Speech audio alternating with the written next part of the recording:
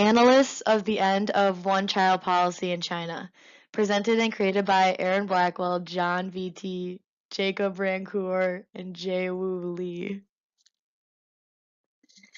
The government of China initiated the one-child policy in the 1970s as an attempt to control population, as well as the government's belief that without strict birth limits, China's development gains would be offset by the increase in population. The policy allowed for each family to only have one child. Since families could only have one child, the desire for a boy to carry on the family name led to increased abortion rates and abandonment of female babies. This led to a skewed overall sex ratio in China, with there being about 4% more males than females, which led the government announcing that the program would end in 2016.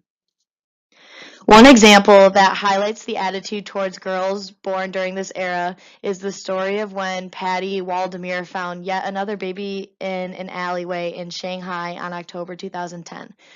Her account of the story tells that although women are unable to keep the child, especially if it is a girl, they still cared about the child's well-being and would place them in wealthy areas frequented by tourists and other pedestrians. Abandonment of girls during this policy were common, as well as sex screening and abortions of girls before they were born. However, for those girls that are born, they end up abandoned on the streets. Patty Waldemir explains that when a baby is found abandoned, they are taken to the police station to receive proper abandonment paperwork. After being admitted and treated at the hospital, the baby is sent to an orphanage where they are given a name according to a formula that gives all children born the same year the same surname. Orphanages in Shanghai are wealthy due to the wealth of the city. However, rural areas may not have the same luck.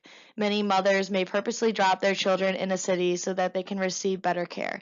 However, overall, this pattern of child abandonment encouraged by the one-child policy is one reason as to why the end of the policy is a great step forward for China.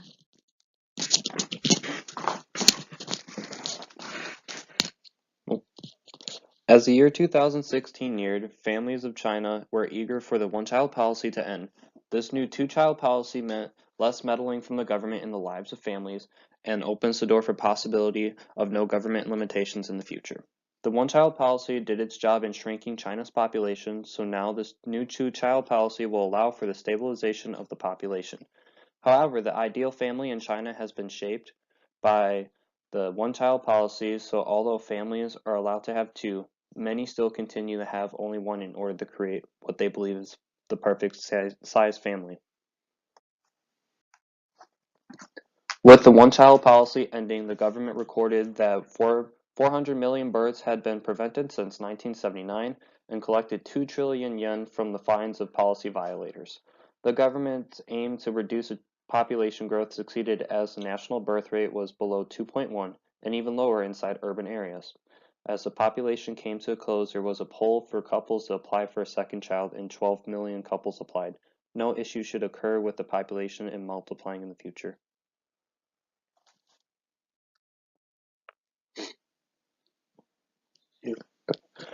Families all over China have experienced a horror of one-child policy enforcement in many ways. This can go as far as families being fined into poverty, forced abortions, forced sterilization, destruction of homes, and killing newborn babies. China even had a whole workforce specializing in family planning enforcement.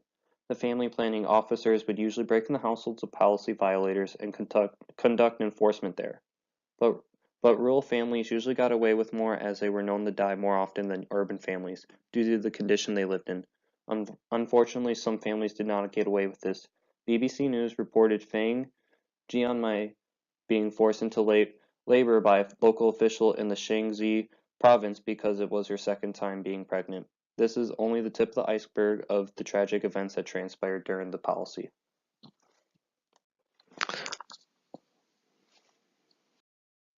The termination of the one-child policy in China is going to lead to a lot of positive and negative effects for the future. First off, the improper ratio that has been developed in China will even out now that the one-child policy is over. This is due to the fact that the times have changed and it is encouraged to have a baby girl now instead of solely just boys.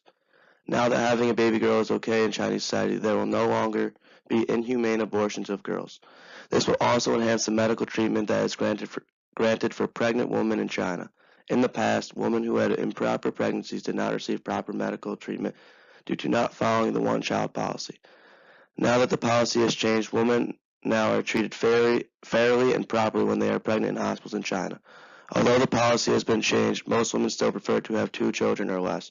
According to the National Family Planning and Reproductive Health Survey, 35% of women prefer to have 1 child, and 57% of women prefer to have 2 children. Less than 6% of women prefer to have more than 2 children. Now that the one-child policy has been removed from Chinese society, they are faced with a new two-child policy.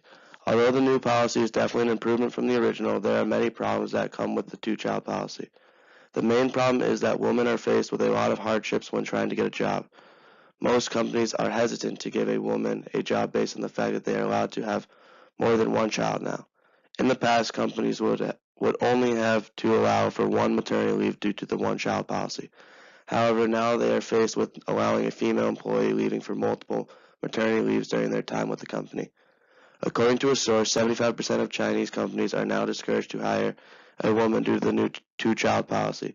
The Chinese government prohibits unfair treatment such as firing of women due to their pregnancy circumstances. However, the government does not enforce this strongly, which negatively impacts the lives of Chinese women. Overall, we believe that the end of the one-child policy and the start of the two-child policy is ultimately a good start at changing Chinese society. The transformation between the two policies is going to bring a lot of positive change to China, but there still will be a few negative impacts.